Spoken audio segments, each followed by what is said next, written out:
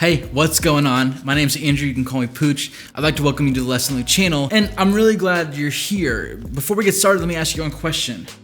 You ever have an idea and you just run with it?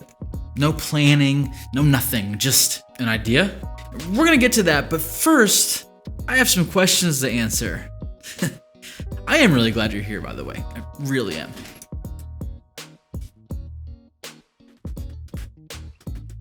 You know, I walked away thinking that was clever, but I had to sit back down anyway, so not very clever. So today I'd like to welcome you to the first ever Less Lonely AMA. I had you guys send in some questions over Instagram, and now I have the privilege of answering them. I've got 5 questions to answer. Let's try to put a minute down below. That might be a little optimistic. Actually, that sounds extremely optimistic to me, but if I stop talking, maybe we can start getting through them. Question number 1, Laura says, the transition from iPhone to Android was easy. What was it like from Android to iPhone?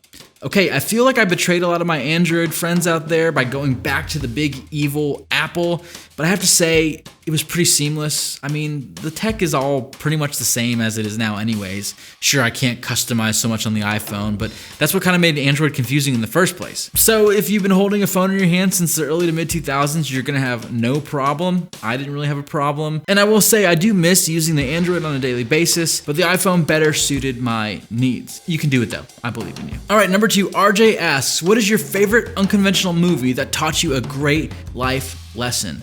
RJ, I'm gonna tell you right now, it's There Will Be Blood. Now that movie is well known, so that's not unconventional in that way, but the lesson that I feel like I got out of it was very unconventional. And the caveat is unconventional to me, meaning I wasn't expecting to learn something from it. And that lesson is this, that passion and desire can cloud your mind to things that are important. Watching those two characters spiral into the final climax was gut-wrenching because at the end of the day, their desires and their passions were based solely in survival. It kind of worked for one of them. I drink your milkshake! Oh, such a good part. Question number 3, Ethan asks, if you could have any degree in the world and all the knowledge that came with it, what would it be? Ethan, you have no idea how much I love this question. I definitely think that it would be something with sciences that related to animals. So biologist, marine biologist. Growing up, I spent all my free time watching and learning about animals, watching Animal Planet, National Geographic, Steve Irwin. I loved it all. So maybe that. Question number 4, Ryan asks, how powerful is the mantis shrimp? Ryan, when the mantis shrimp punches, it creates mini sonic booms, just like Mike Tyson. So that's how f***ing powerful the mantis shrimp is. What a great question. And the 5th and final question comes from Kevin, who asks, I'm starting to shoot videos, like vlogs. What are some skills I might focus on early and what can come later? Kevin, here, just take it from me who's made a lot of mistakes on this. Focus on having fun. Focus on being yourself, and do not allow yourself to get sucked into the gear vortex. It'll have you fantasizing about what cameras to buy, what gear you should have, as opposed to making movies. Making movies is important. Gear comes second. Wait for that, and make content that you would watch. We now conclude the first ever Less Lonely AMA.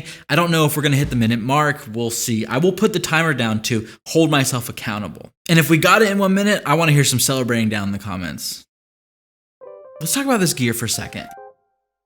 Welcome to the TED Talk version of today's vlog. Let me move the stuff out of the way. Don't worry, I'll show you guys what it is in a second. But I want to talk to you about something really important.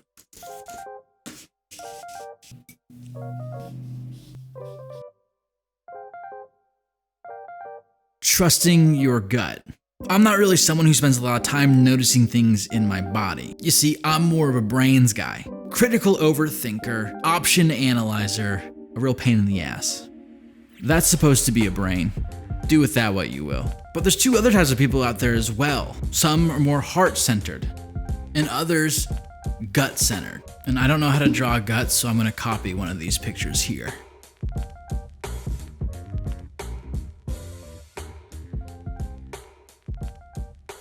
So. Lately with the new job change, I've been spending a lot of time here. I'm alone often with no one to talk to, and so I often find myself researching and spending time over analyzing. Where I find my heart is with friends and family, relationships. They really bring it out of me. But gut, I've been having a hard time with gut. Trusting my intuitions, my instincts. Where do they show up? It's been a little troubling, to be honest with you. And so I'm setting out to mix it up a little bit. I'm gonna follow this thread as far as it takes me. And I'm gonna try to listen to what my gut is telling me. And you might be wondering, well, what is your gut telling you? He's telling me just to create. All right, little guy, I'll trust you.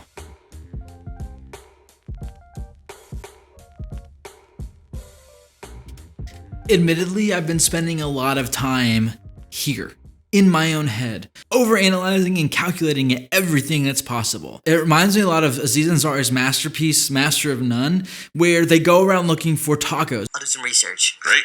I'll sit here and do nothing. But it can't be just any tacos. It has to be the best tacos. So they spend the whole day going from taco truck to taco truck until eventually they are left dissatisfied. And that's how I felt with my creativity lately. It's like it's more like a lack of trust of my own instincts. And so I'm gonna start listening to my gut, listening to what feels right inside here. What I'm gonna try to avoid doing in this season of my creativity is pursuing things that make logical sense for YouTube views and only pursuing things that are emotionally exciting. I don't know what's gonna happen. Content may be weird for a little bit. Whatever. Maybe we'll start doing daily vlogs. No. But in all seriousness, I do want to trust my gut more. You know, I often wonder if being a creative is really this difficult or if I'm just overthinking it. That can't be the case. No.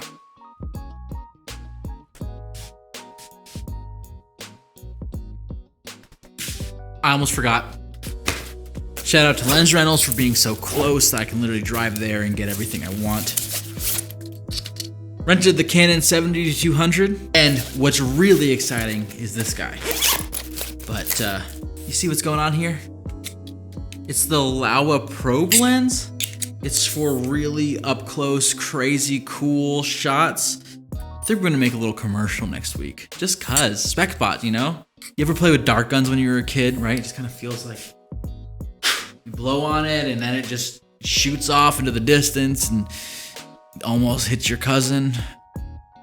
Yeah, no, me neither. I'll see you in the next one. Peace.